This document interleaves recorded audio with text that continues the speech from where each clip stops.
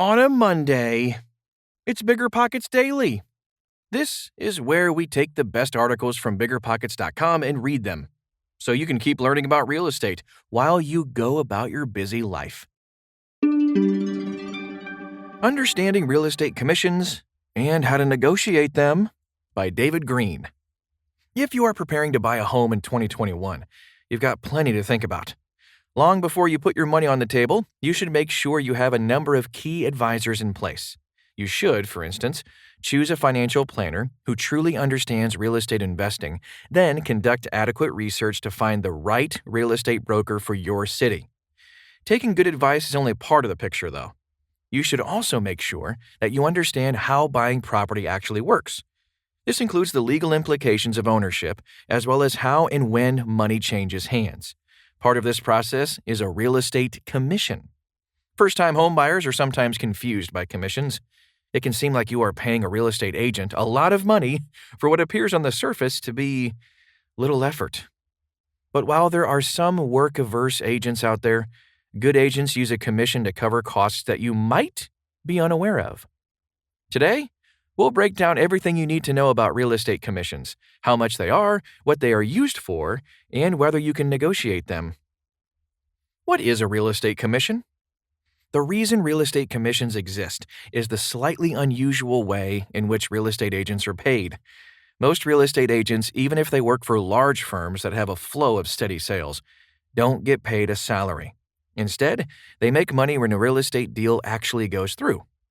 Agents who work hard do well financially with this system because it incentivizes them to make plenty of sales, negotiate hard, and close deals.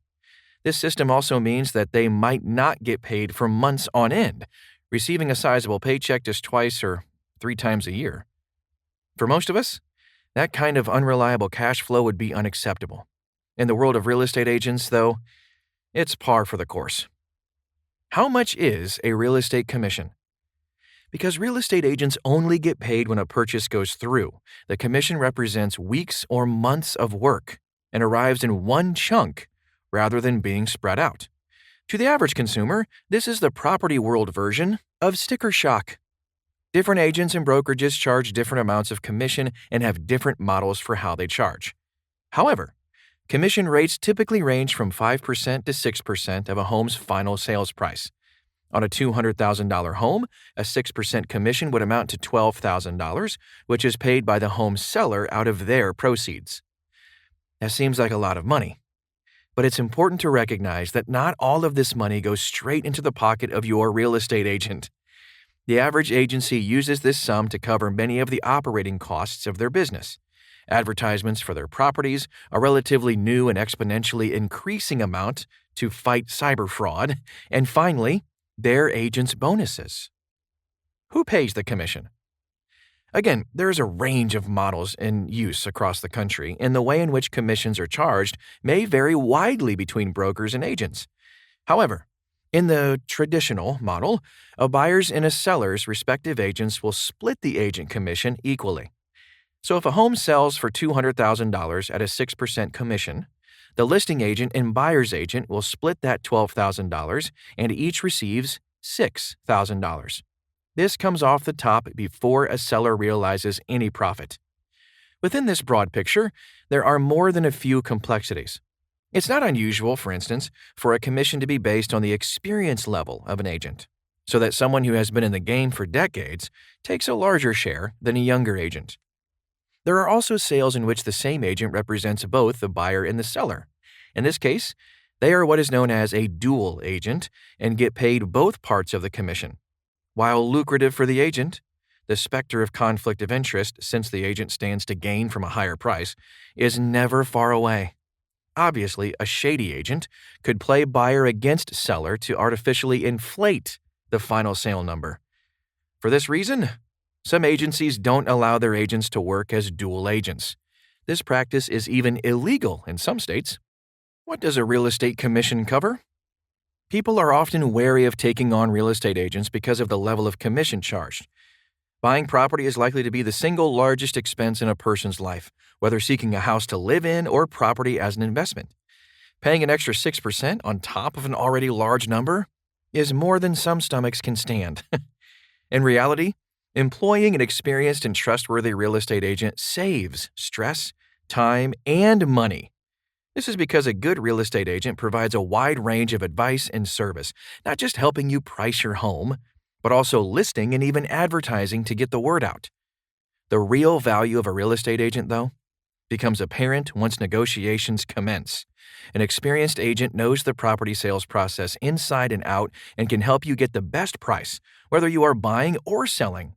That's why the typical for sale by owner home sells for considerably less, $200,000 compared to $280,000 in 2019, than agent-assisted home sales.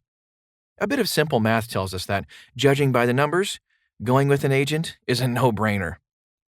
This advice and plethora of services are ultimately paid for by your commission.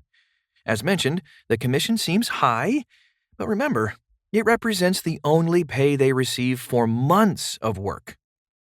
Can I negotiate a real estate agent commission?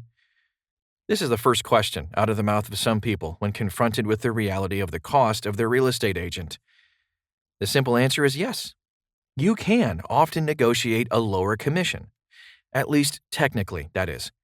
Though 5 to 6% has long been the industry standard, there is nothing in the law that sets a commission at this price point. This means that real estate agents can charge, in principle, any level of commission they like. Conversely, you can definitely ask them to reduce it.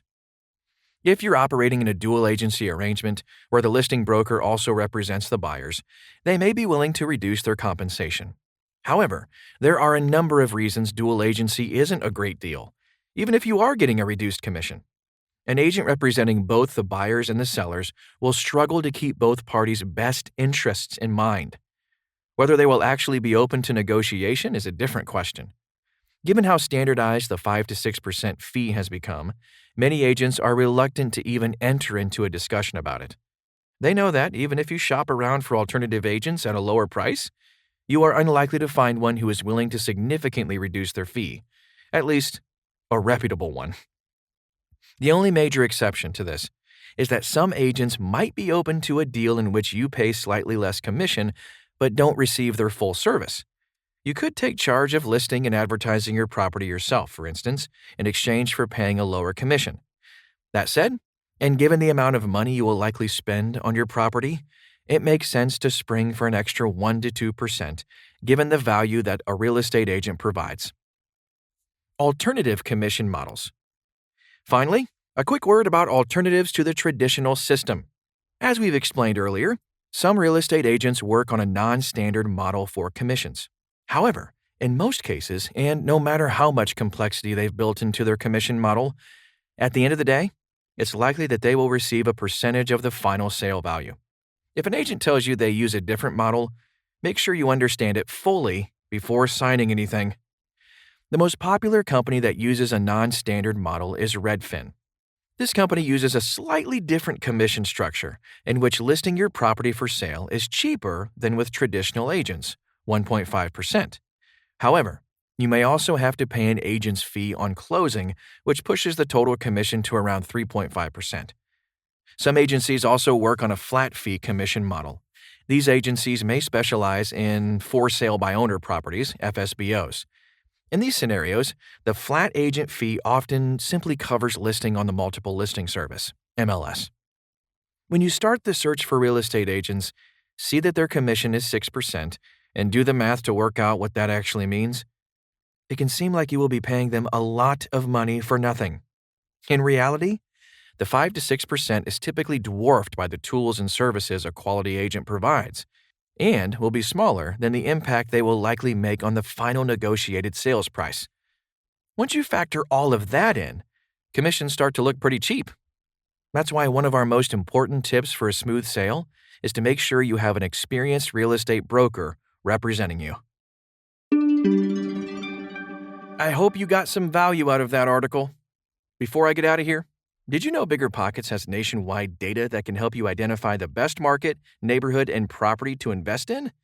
It's called BiggerPockets Insights, and it's a benefit available to pro members only. See if BiggerPockets Insights can help you at biggerpockets.com/insights. Thanks for listening, and I'll see you back here tomorrow.